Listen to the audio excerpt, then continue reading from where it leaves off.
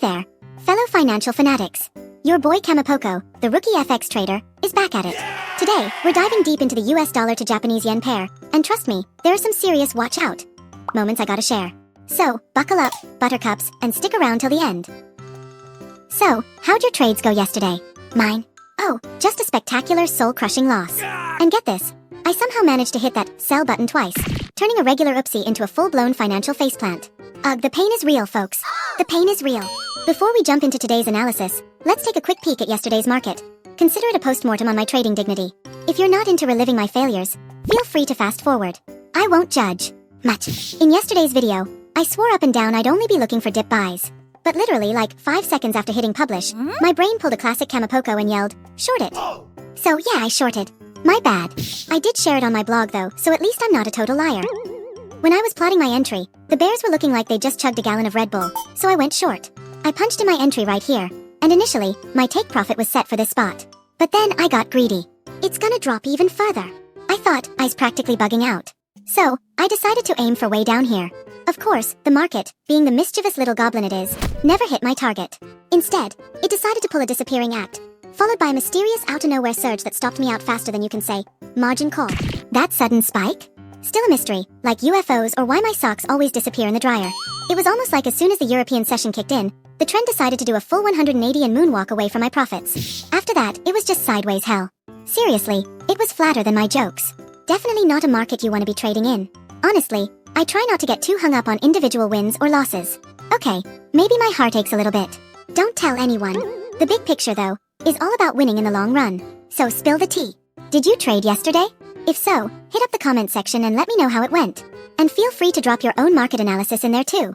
By the way, I'm planning to share as much of my market analysis as possible on YouTube's community tab, so make sure you're subscribed. Also, I'm super serious for once about posting detailed market analysis on my blog every single day, so if you're into that kind of deep dive, go check it out. Alright, enough with my sob story. Let's get to today's US dollar to Japanese yen market analysis, shall we? For the weekly chart, you'll want to check out my Monday video or my blog. Trust me, the long-term trend is like, super important, so don't be a noob and miss it. Let's kick things off with the daily chart. Bam! Here it is. Looking at the recent daily candles, you can see we've got a classic uptrend going on, with higher highs and higher lows. The last swing low for this uptrend is right here. As long as we don't definitively break below this, my daily bias remains bullish. The price took a pretty significant dip, almost touching that last swing low on the daily, then bounced back like a rubber chicken and rallied all the way up to the recent high. Fun fact, the weekly swing high is sitting right here. Now, the million-dollar question. Are we gonna blast through this recent high and hit the 150 yen mark, or will it act as a brick wall and send us tumbling down? The jury's still out, folks. But me? I'm betting we're gonna smash through that recent high and hit 150. What do you guys think? Drop your predictions in the comments. Next up, let's peek at the 4-hour chart. Here we go. The 4-hour is also showing a clear uptrend, churning out higher highs and higher lows.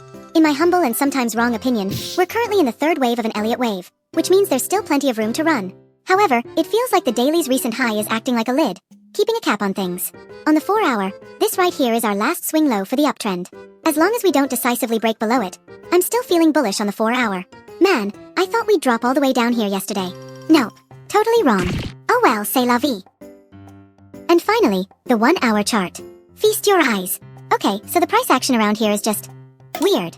If I had to describe it in one word, it would be icky.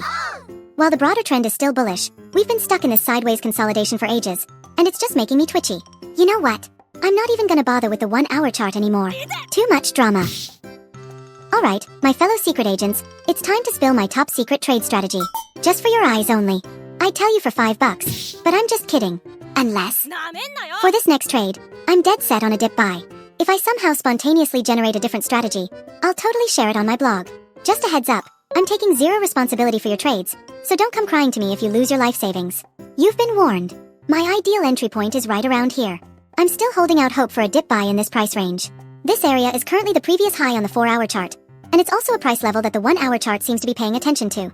So, I'll be patiently waiting for a pullback to this zone before I even think about going long. I'll continue to look for long entries as long as we don't break below this price zone. But what if it does break below? Then, my friends, no more longs. Nada. Zip. I'll probably just curl up in a ball and hibernate for a while. And there's one more spot I'm eyeing for a potential dip buy. It's right here. The zone where that sudden surge happened on the shorter time frames yesterday. I'm kinda hoping to see some kind of double bottom form here, but it's not looking super clean, so I'm not sure if I'll actually enter. Just thought I'd throw it out there for good measure. Yeah, that's pretty much it. If any other brilliant strategies pop into my head, or if the market decides to pull another fast one and I gotta switch gears, I'll make sure to update everyone on my blog. Just for your information, of course. Alright, folks, that's a wrap for today. On this channel, I'm all about breaking down the market and sharing my trading adventures. So if that sounds like your jam, hit that subscribe button, smash that like button, and drop a comment. Only if you're interested, of course. Catch you in the next one.